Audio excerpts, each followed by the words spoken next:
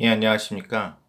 제가 지난주에 좀 바빠서, 그, 유튜브를 올리지 못해서 죄송합니다.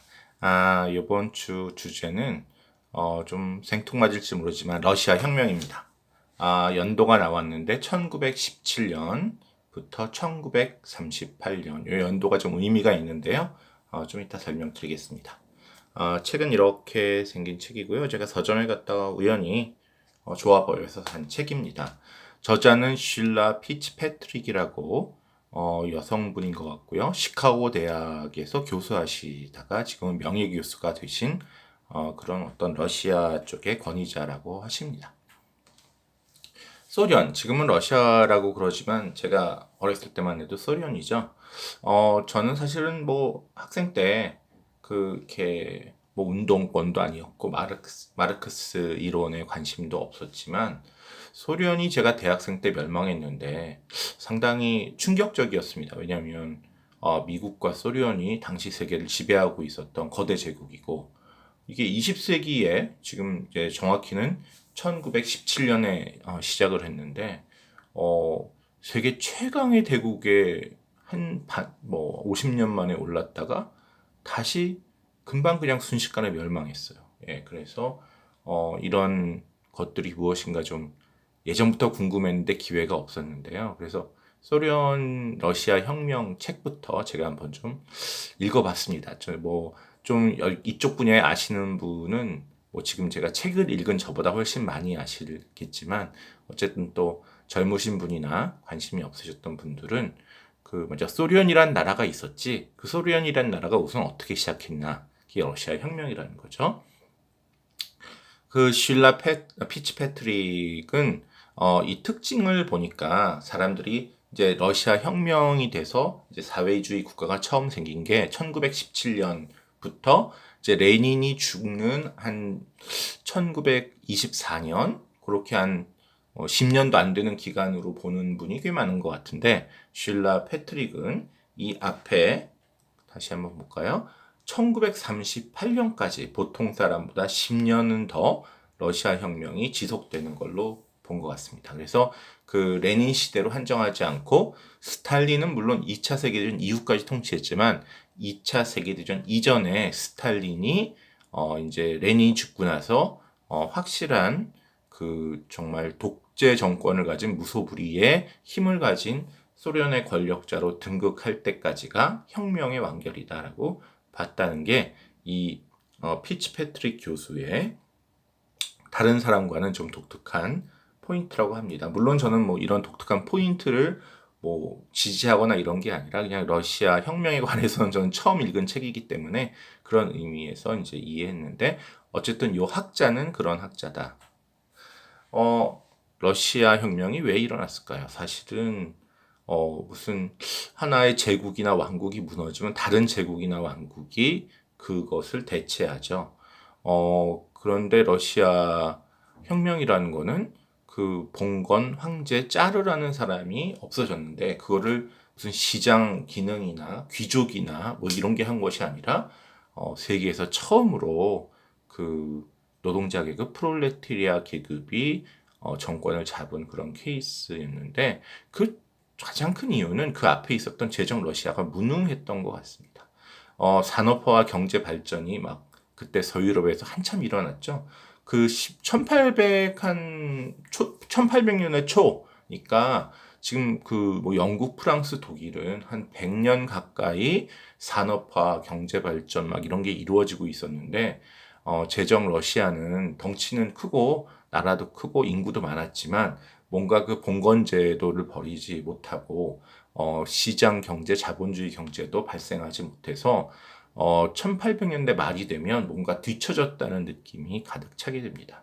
그래서 크림 전쟁, 발칸 전쟁 이런 전쟁에서 영국, 프랑스 이런 나라에 자꾸만 패배하게 되는 거죠. 터키 이런 나라에. 그 불만이 가득했는데 이것을 결정적으로 불을 지핀 거는 러일 전쟁입니다.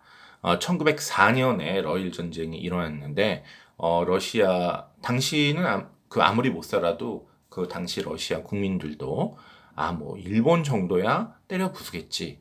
우리 러시아가 힘을 보여주면 좋겠다라고 했는데 잘 아시다시피 러시아가 패배합니다. 그 조그맣고 당신은 저게 무슨 저런 그 야만같이 생긴 나라가 있어라고 했던 그 일본의 패배에서 그 충격이 대단하죠. 그래서 1905년에 사람들이 너무 그 실망해서 본기를 일으키고요. 이것을 당시의 황제 니콜라이 2세가 좀 진정시키기 위해서 이제 여러분 그 국민들이 소위 말하는 국회 같은 건데 두마라는 것을 만들어서 국민의 대표를 뽑아서 보내면 내가 그 사람들과 상의해서 정치를 하겠다 이렇게 얘기를 했습니다. 근데 뭐 이 무능한 러시아의 황제와 정부는 두마를 만들어서 갔더니 약속을 다 어기는 거예요. 이런 거 그 같이 의논해서 하겠다는 거 다 어기고 내 권리인데 네가 왜 하냐 이런 식으로 하니까 계속 이제 국민들의 마음은 상해가고요. 여기까지도 괜찮은 것이 사실은 1905년 러일 전쟁 패배 이후에는 유럽 국가들이 러시아 황제를 좀 도와줬다고 합니다. 왜냐하면 아무래도 그 다른 나라도 다 황제가 있었겠죠.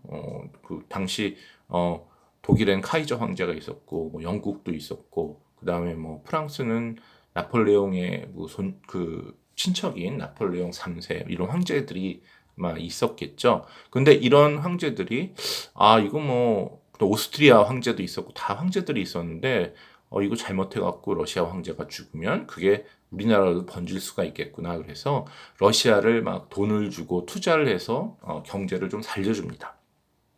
그래서 간신히 모면했는데 이 안에 내분이 계속 있지만 1차 세계대전에서 또 이제 독일과 전쟁을 해서 국민들이 그래도 또 한 번 러시아 애국심으로 도와줬는데 이게 러시아가 계속 지게 되죠. 그래서 너무 실망한 국민들이 이번에는 군인까지 나서서 반란을 일으키는 바람에 1917년 2월에 재정이 붕괴되고 니콜라이 2세가 퇴위됩니다. 니콜라이 2세는 참 글쎄 좋은 사람인데 무능했던 것 같습니다. 자기는 퇴위해서 잘 살 줄 알았는데 바로 몇 달 만에 가족과 함께 처형되죠. 이때 드디어 그렇게 원하던 러시아 정부를 무너뜨렸습니다. 1905년과는 좀 다른 게 지금 한참 1차 세계대전을 하고 있는 와중이라 그 유럽의 여러 나라들이 러시아 황제가 죽어가는데도 도와줄 시간적 여유가 없습니다. 왜냐하면 자기네들이 지금 전쟁하느라고 죽자사자 바쁜데 러시아가 어떻게 되든 상관이 없기 때문에 참 시기가 좋았다고 생각되고요. 그래서 요번에는 러일 전쟁 때는 그래도 다른 나라가 도와줬지만 1차 세계대전에 실망한 봉기가 일어났을 때는 황제가 무너지게 되고 이때 이 황제를 무너뜨린 세력은 꼭 사회주의 노동자 세력이 아니라요. 사실은 이게 아직 러시아가 봉건적인 사회이기 때문에 이 시장 경제를 해야 된다. 나는 기술을 갖고 전문 지식을 가졌는데 좀 사업을 하고 싶다라는 자유주의자 엘리트와 사회주의자 노동자들이 손을 잡고 혁명을 일으켜서 황제를 몰아낸 것이 1917년의 2월 혁명입니다. 근데 이 새로운 정부가 들어섰을 때 사회주의자가 이 정권을 잡은 게 아니라 약간 멘셰비키라고 중도적인 사람들이 정권을 잡았습니다. 근데 이 멘셰비키가 좀 너무 순수하다 할까요? 제대로 통치를 못합니다. 일단 많은 노동자 농민들은 전쟁에서 지금 사람들이 죽어가고 있으니까 독일하고 이걸 끝냈으면 좋은데 이것을 잘 끝내지 못하고요. 군대 내에서 또 황제 쪽 사람들이 또 반란을 일으켜서 또 이 반란을 진압하느라고 정신이 없습니다. 근데 참 이 러시아 나라가 얼마나 이렇게 붕괴됐나 하면은 제정 러시아 황제 쪽 군인 코르닐리우스인가 하는 장군이 이제 황제를 지키기 위해서 군대를 몰고 모스크바로 쳐들어오는데요.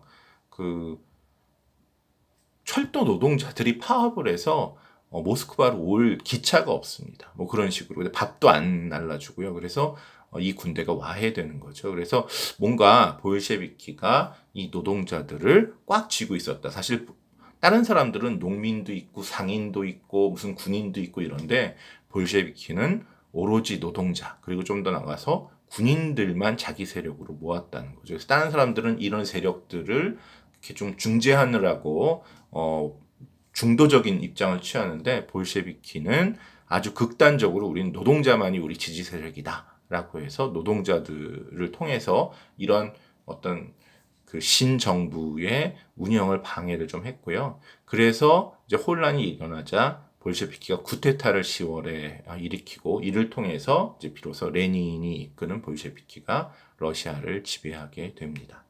어떻게 보면 약간 같이 황제를 무너뜨릴 때까지 손을 잡았는데, 그 다음부터는 오히려 같이 일했던 사람들을 뒤에서 이렇게 잘 통치를 못하도록 혼란을 일으키게 하는 약간 얄미운 짓을 했다고 볼 수 있겠습니다. 그래서 포지션을 이때 참 기가 막히게 잘 잡았는데, 이렇게 황제를 무너뜨렸다는 기쁨에 휩싸이지 않고 아주 극좌의 포지션에서 비타협적이고 급진주의를 표방하면서 노동자와 일부 군인의 표를 확 몰아왔고, 숫자는 적지만 아주 강력한 지지 기반을 만들었던 것이 볼셰비키 레닌의 역량이었다고 생각이 됩니다. 근데요, 이렇게 자회주의 그러면 되게 극단적이고 그럴 것 같은데, 그렇지 않았다는 거죠. 당장 막 돈 많은 사람들, 이런 사람들 처단했을 거 아는데요. 사실은 볼셰비키가 잡고 나서 그 황제가 죽은 거에 깜짝 놀라서 약간 당황하고 있던 황제 지지파들이 이제 백군이라고 그러는데, 군대를 조직해서 이제 그 볼셰비키의 적군, 그 하얀 군대 황제 쪽, 빨간 군대 볼셰비키와 내전에 들어갑니다. 근데 이때 노동자들은 자기 편이었는데 농민들은 그렇지 않았다는 거죠. 농민들은 사실은 그 뭐 황제 쪽은 또 아니지만, 그렇다고 딱히 저 노동자들을 데리고 일어난 볼셰비키가 우리 편이라고 생각하지도 않았습니다. 특히 뭐가 문제였냐면, 저 볼셰비키들은 우리 땅을 다 뺏어간대, 이제 이렇게 생각을 했죠. 그러니까 볼셰비키가 이 농민들의 지지를 얻어야지 자기네가 백군을 누르고 이긴다고 생각해서, 우리가 너희들의 땅을 나눠주는 거다, 땅을 절대로 걷지 않는다, 그래서 그 부농들이나 이런 정부 땅을 나눠서 농민들에게 줍니다. 그래서 농민들이 볼셰비키가 그렇게 나쁜 사람들이 아니고 오히려 우리에게 땅을 나눠주는구나 라고 해서 이 적군을, 볼셰비키를 지지해서 내전에서 이길 수 있고요. 내전 이후에 아무래도 경제가 붕괴되죠. 뭐 여러 가지 이유가 있는데 전쟁 때문이기도 하지만, 아무래도 경제를 이끄는 것은 그런 이런 노동자들이 아니라 그 공장을 운영하고 무슨 물건을 만드는 기술자들, 이런 사람이어야 되는데, 이런 사람들은 당연히 볼셰비키가 아니라서 이제 곧 처단당해야. 왜냐하면 그 사람들은 이제 엘리트층이기 때문에 엘리트층을 처단하고 노동자가 지배하는 세상을 만들어야 된다고 하는데, 이 사람들이 일을 안 하니까 노동자들이 아무리 가도 도대체 뭐를 만들지, 공장을 어떻게 운영하는지 모르니까 어떻게 했냐면 네프라는 신경제 정책을 수립합니다. 그래서 이런 전문 기술이 있는 관료 엘리트 층을 인정하고, 또 부르주아 시스템을 일부 도입해서 국유화를 하지 않고 그 전에 하던 대로 너희가 소상공인들이 각자 이 회사를 운영해서, 농민들은 또 자기 밭을 가꿔서 시장에다 팔고 해서 시장 제도를 만들어서 서로 사고 팔 수 있게 만드는 네프라는 경제 정책을 시행합니다.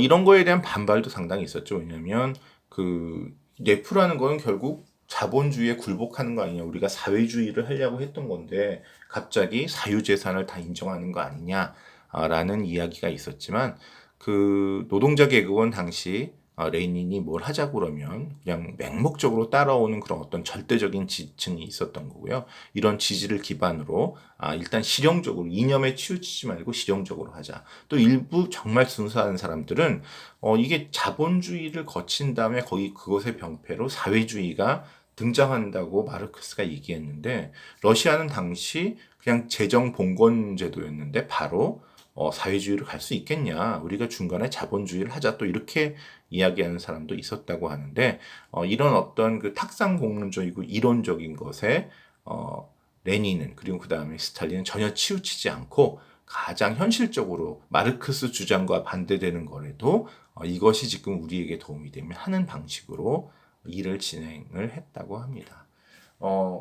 그래서 이게 정책을 보면 아침에 세웠다가 조령목에 저녁에 바꾸는 식의 뒤통수 치는 것들이 좀 많았는데요. 사회주의 혁명의 후퇴라고 내부를 이제 왜냐하면 이게 시장 경제하고 사유재산을 인정했으니까요.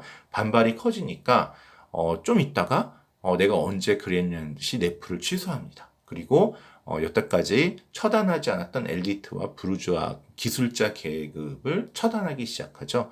근데 이게 가만히 보면 여태까지 노동자 계급의 자기 충성 부대에서 제일 똑똑한 사람들을 데려다가 전문가로 이제 양성을 해서 이 사람들이 여태까지의 엘리트층, 즉 뭐 회사 운영자라든지 기술자를 대체할 전문 지식을 가질 때까지 좀 기다렸다가 이제 때가 됐으니까 이제 너희 필요 없다라고 버린 느낌도 좀 있는 것 같고요.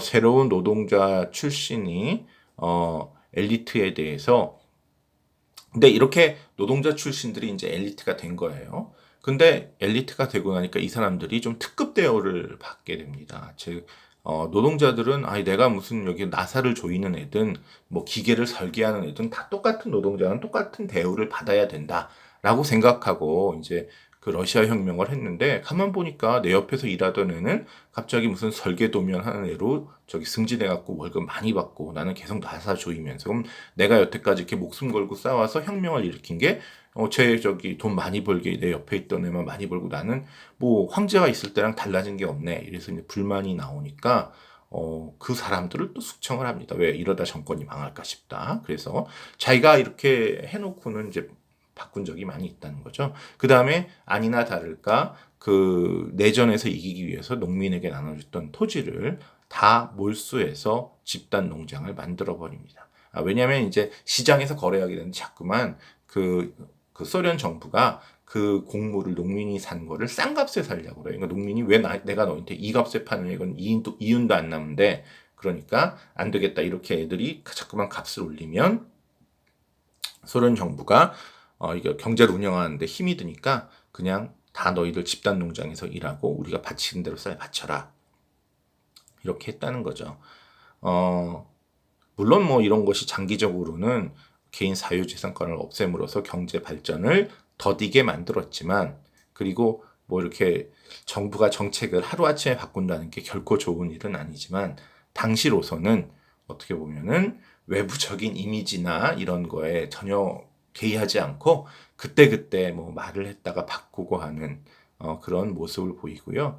이게 나쁘다고 볼 수 있지만 다른 한편으로 또 보면 세계 최초로 마르크스 책 한 번 읽고서는 그 러시아라는 큰 나라를 소련이라는 사회주의 국가로 바꿨는데 뭐 마르크스 책에 별로 쓰인 게 없죠. 그러니까 어떻게 하면 우리가 살아남을까 하는 발버둥 속에서 정말 체면 생각도 안 하고 이런 되게 현실적인 입장이 들어있는 것이 아닌가. 결국은 자기네가 짜르를 그렇게 비판했던 짜르의 비밀 경찰과 같은 비밀 경찰을 만들어서 국민을 좀 불만을 탄압하고 스탈린이 독재자가 되기까지 하는데 이게 사회주의를 제대로 구현했나를 떠나서 어쨌든 그 사회주의를 표방하고 혁명을 일으켰던 그 사람들이 정권을 잡고 러시아 즉 소련을 장악하는 과정이 뭐 어떻게 보면 눈물겹다라고 볼 수도 있고 참 여러 가지 방법을 쓰느라고 고생했다. 물론 그 방법들이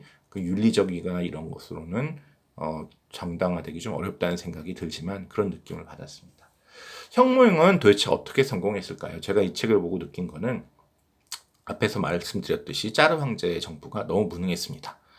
그리고 러일 전쟁, 특히 제1차 세계대전이라는 다른 모든 나라가 이 황제를 도와줄 수 없는 다른 황제들이 이런 그 절호의 기회를 맞아서 준비하고 있던 볼셰비키가 혁명을 일으켜서 이루어진 거고요. 그 다음에 제 생각에 그 공산주의 사회주의 경제는 사실 시장 경제를 따라올 수가 없죠. 그게 결정적인 페인이죠. 하지만 짜르의 봉공 경제보다는 이 사회주의 국가가 난 것이 아닌가라는 제 혼자 생각을 좀 해보게 됐습니다. 그래서 그 자본주의 시장 경제를 경험하지 못한 러시아 대중들은 이거 짜르가 할 때보다는 좀 나아진 것 같다라는 느낌을 충분히 받을 수 있다는 거죠.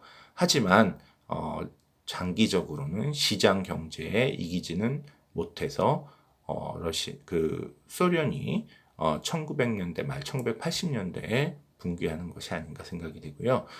노동자 계층이라는 실행력 있는 집단을 자기의 아주 든든한 배후, 맹목적으로 지지해주는 배후로 삼았다는 것이 아주 레닌의 전략적인 승리였던 것 같습니다. 또 한편으로는 이론, 마르크스의 이론 이런 데 좀 연연하는 이론가들도 있었지만 이런 사람들을 무시하고 단기적으로 지금 자기 정권을 유지하는데 가장 필요한 공약들을 팍팍 좀 어떻게 보면 원칙도 없이 내세웠다가 또 금방 그것이 또 반발이 있으면 없애고 하는 참 바람직하지 못하지만 이런 어떤 유연성이라고 할까요?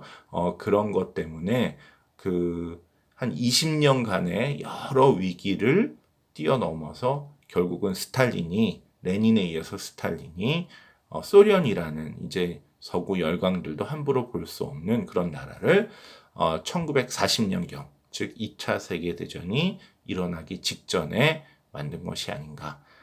그래서 물론 이런 단기적인 편법적인 것들은 장기적으로는 좋지 않죠. 그래서 그로부터 한 50년 후에 소련이 장기적으로는 멸망을 했죠. 그리고 또 이런 유연성이 좀 없어진 거 아닌가 하는 생각이 들더라고요.